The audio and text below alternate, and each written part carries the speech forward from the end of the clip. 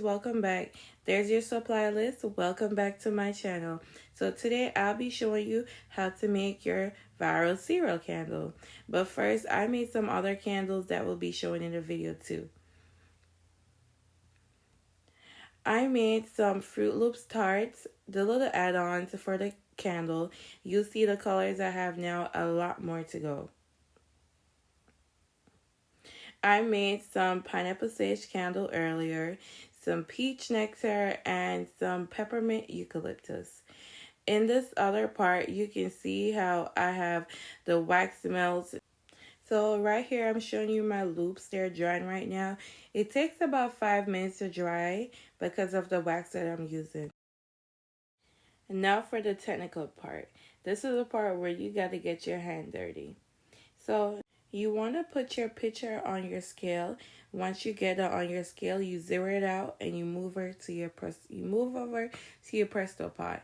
Get about 6 fluid ounces of wax in your pot. You'll see once you go back to the scale and you'll see how much wax you need. Pour it back in there if it's too much. But measurement is key, guys. You need to have a formula and measure everything you're using. Candle making is really a chemistry. I'm sorry to say you do have to work with your numbers. After you get your wax measured out, then you measure your fragrance to make sure it matches the amount of wax you're trying to use. I use a measuring cup to measure my fragrance.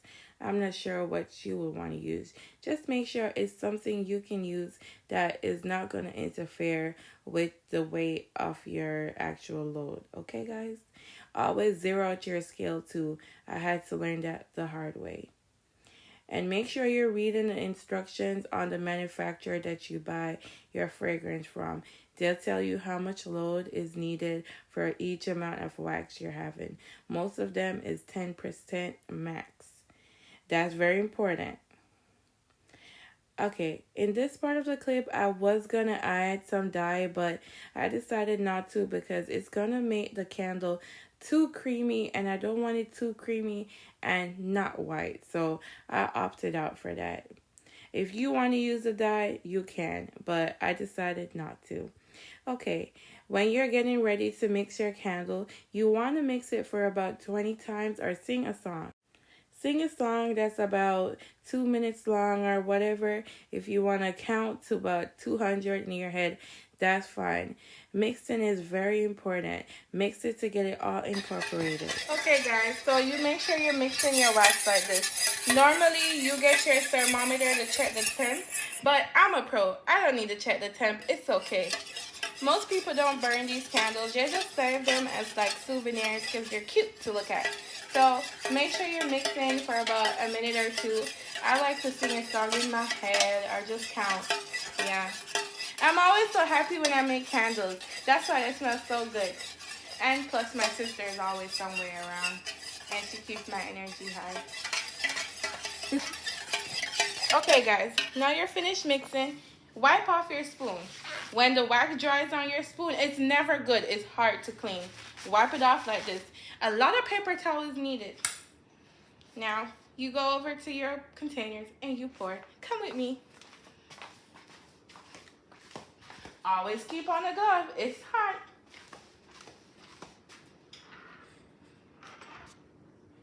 Okay, now we pour.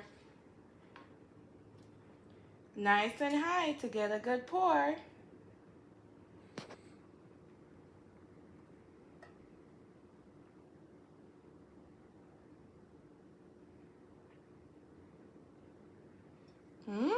Look at that. So much milk.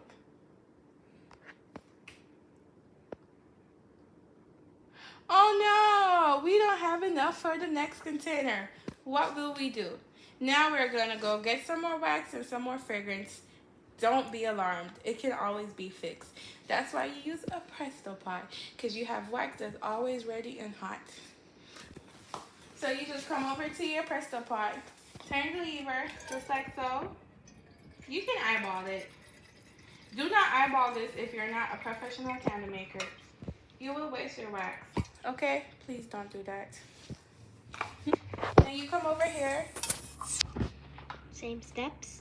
Same steps like before, okay? Okay, guys. My sister asked a very good question while we were on our break. She said, "Why do you stir your wax for 20 times?" I said, "Oh, silly me! I forgot to tell him."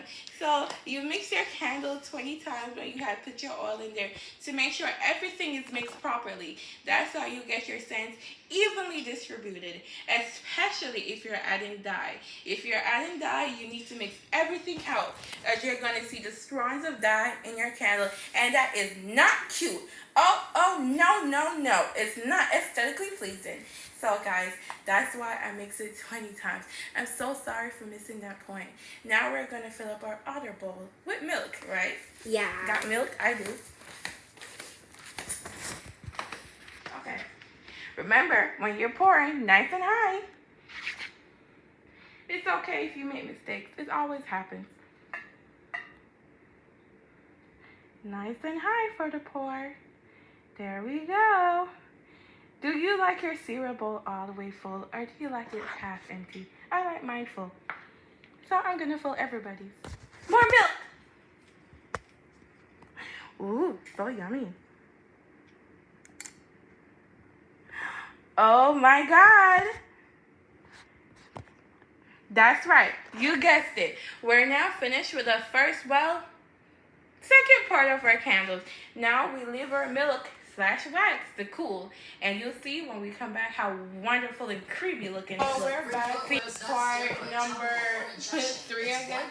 So now you add your toppings onto your cereal. The milk is milking. You want to do this kind of fast, so you kind of just gotta hurry up. So that's why I'm moving so fast, guys. I won't be able to film the whole clip, so I'll be back when I'm finished, okay? BRB. Hi guys, this is the final part for the cereal candle, the Fruit Loops, if you like to call it that. So the last final part is to put all your toppings onto your candle, and you want to set them in place as fast as possible. Hence why I had to cut the video.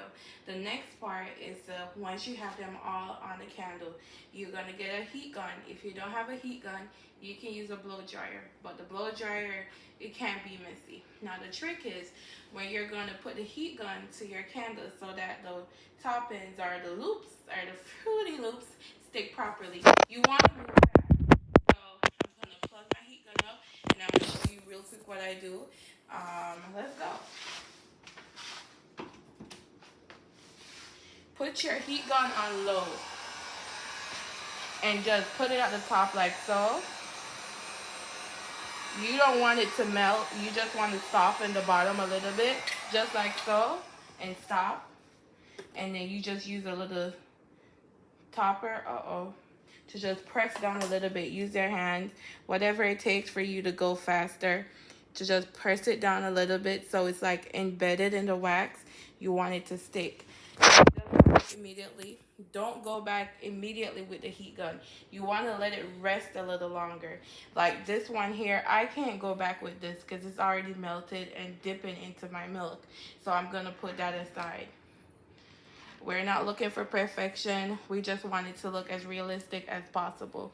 So if we can't go any further, that's fine. They're not all going to stick, guys. You don't want to ruin your milk and get it sobbing in there, because this is dye and it will melt. So again, on low and a quick hover.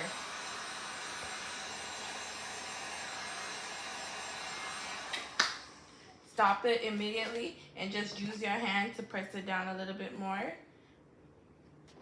It will harden and stick to the wax. And at this point, your little wooden wax guide, you can take it out now. And you leave it like this. I would say to go back and try to perfect it more, but I don't want you to risk messing up your candle. So that's how you make a Fruit Loop candle, and this is how they look. Thank you guys for watching.